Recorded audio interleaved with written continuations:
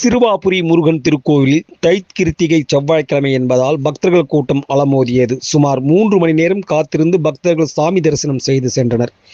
திருவள்ளூர் மாவட்டம் சிறுவாபுரியில் பிரசித்தி பெற்ற பாலசுப்பிரமணிய சுவாமி திருக்கோவில் அமைந்துள்ளது. தொடர்ச்சியாக 6 வாரங்கள் இங்கு வந்து நெய் தீபம் ஏற்றி வைப்பட்டால் வேண்டுதல் நிறைவேறும் என்பது பக்தர்கள் நம்பிக்கையாக இருந்து வருகிறது. அதிலும் முருகனுக்கு உகந்த செவ்வாய்க்கிழமை நாட்களில் சிறுவாபுரி கோவிலில் பக்தர்கள் அதிக அளவில் வந்து செல்வது வழக்கம். தை கிருத்திகை செவ்வாய்க்கிழமையான இன்று சிறுவாபுரி முருகன் கோவிலில் பக்தர்கள் கூட்டம் அலமோதியது. திருவள்ளூர் மாவட்டம் அல்லாது சென்னை உள்ளிட்ட பல்வேறு ஊர்களிலிருந்து ஏராளமானோர் இங்கு சாமி தரிசனம் செய்ய வந்தனர். பொது தரிசனம் ரூபாய் 50, ரூபாய் 100 கட்டண தரிசனம் என அனைத்து வரிசைகளிலும் பக்தர்கள் கூட்டம் அதிகமாக காணப்பட்டது. கோவிலுக்கு வெளியே நீண்ட வரிசையில் வந்து காத்திருப்பு மண்டபம் வழியே கோவிலுக்குள் வந்து சுமார் 3 மணி நேரம் காத்திருந்து பக்தர்கள் சாமி தரிசனம் செய்தனர்.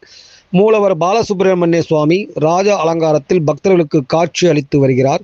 புதிய வீடு கட்ட வேண்டும், திருமண தடை நீங்க வேண்டும், அரசியல், ரியல் எஸ்டேட், தொழில் என பல்வேறு வேண்டுதலை நிறைவேறுவதற்காக ஆலயத்தின் பின்புறம் உள்ள வேப்பமரத்தடியில் நெய் தீபம் ஏற்றி வழிபாடு செய்தும் செங்கற்களை அடக்கி வைத்தும் பக்தர்கள் நேர்த்திக்கடனை செலுத்தி சென்றனர். சிறுவாபுரி முருகன் கோவிலுக்கு வந்தால் மன நிறைவு தருவதாகவும் வேண்டுதல் அனைத்தும் நிறைவேறுவதற்காகவும் பக்தர்கள் நெகிழ்ச்சியுடன் தெரிவித்தனர்.